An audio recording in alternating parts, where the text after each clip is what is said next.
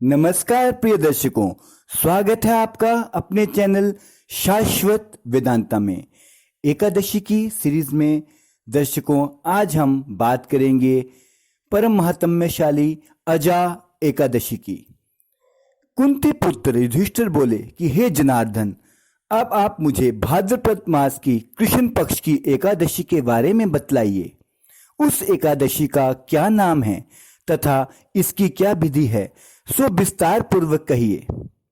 श्री कृष्ण बोले कि हे राजन, भादों की कृष्ण पक्ष की एकादशी को अजा कहते हैं। इसके व्रत करने से समस्त पाप नष्ट हो जाते हैं।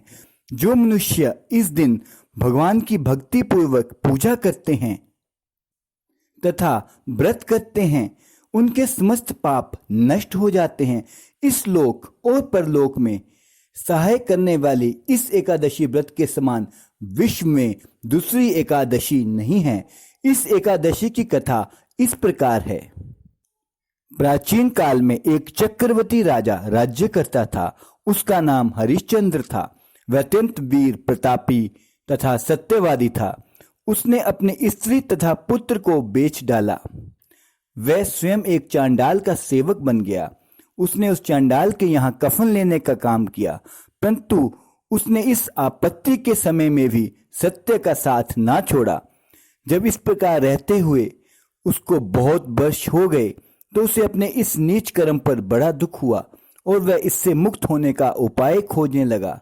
वह उस जगह सदैव इसी चिंता में लगा रहता था कि मैं क्या करूं। एक समय जब कि वह चिंता कर रहा था तो गौतम ऋषि आए। राजा ने इन्हें देखकर प्रणाम किया और अपने दुख की कथा सुनाने लगे। महर्षि राजा के दुख से पूर्ण वाक्यों को सुनकर अत्यंत दुखी हुए और राजा से बोले कि हे राजन, भादों के कृष्ण पक्ष की एकादशी में आप व्रत कीजिए। उस एकादशी का नाम अजा है। तुम उसी अजा नामक एकादशी का विधि पूर्वक व्रत करो तथा रात्रि को जागरण करो। इससे तुम्हारे समस्त पाप नष्ट हो जाएंगे। गौतम ऋषि राजा के इस प्रकार कहकर अंतर्ध्यान हो गए। अजा नाम की एकादशी आने पर राजा ने मुनि के कहे अनुसार विधि पूर्वक व्रत तथा रात्रि जागरण किया। उसी व्रत के प्रभाव से राजा के समस्त पाप नष्ट हो गए। उस समय स्वर्ग से पुष्पों की वर्षा होने लगी। उसने अपने सामने ब्रह्मा, विष्णु, इंद्र, महादेव जी आदि देवताओं को खड़ा पाया। उसने अपने मृतक पुत्र को जीवित तथा स्त्री को वस्त्र आभूषणों से युक्त देखा। व्रत के प्रभाव से उसको पुनः राज्य मिला। अंत समय अपने परिवार सहित स्वर्ग लोक को गया। हे राजन, ये सब अजा एकादशी के व्रत का प्रभाव था।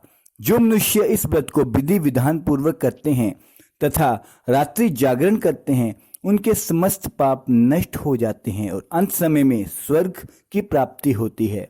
इस एकादशी की कथा के श्रवण मात्र से ही अश्वमेध यज्ञ का फल प्राप्त होता है। दर्शकों, हर बार की भांति इस बार फिर मैं आप लोगों से निवेदन करता हूं कि एकादशी का व्रत का जो विधान है वह दशमी से ही शुरू हो जाता है। दशमी को एक समय भोजन कीजिए। एकादशी को यथाशक्ति केवल फलाहार करें या बिल्कुल ही निराहार रहें और द्वादशी को व्रत का पारण करें।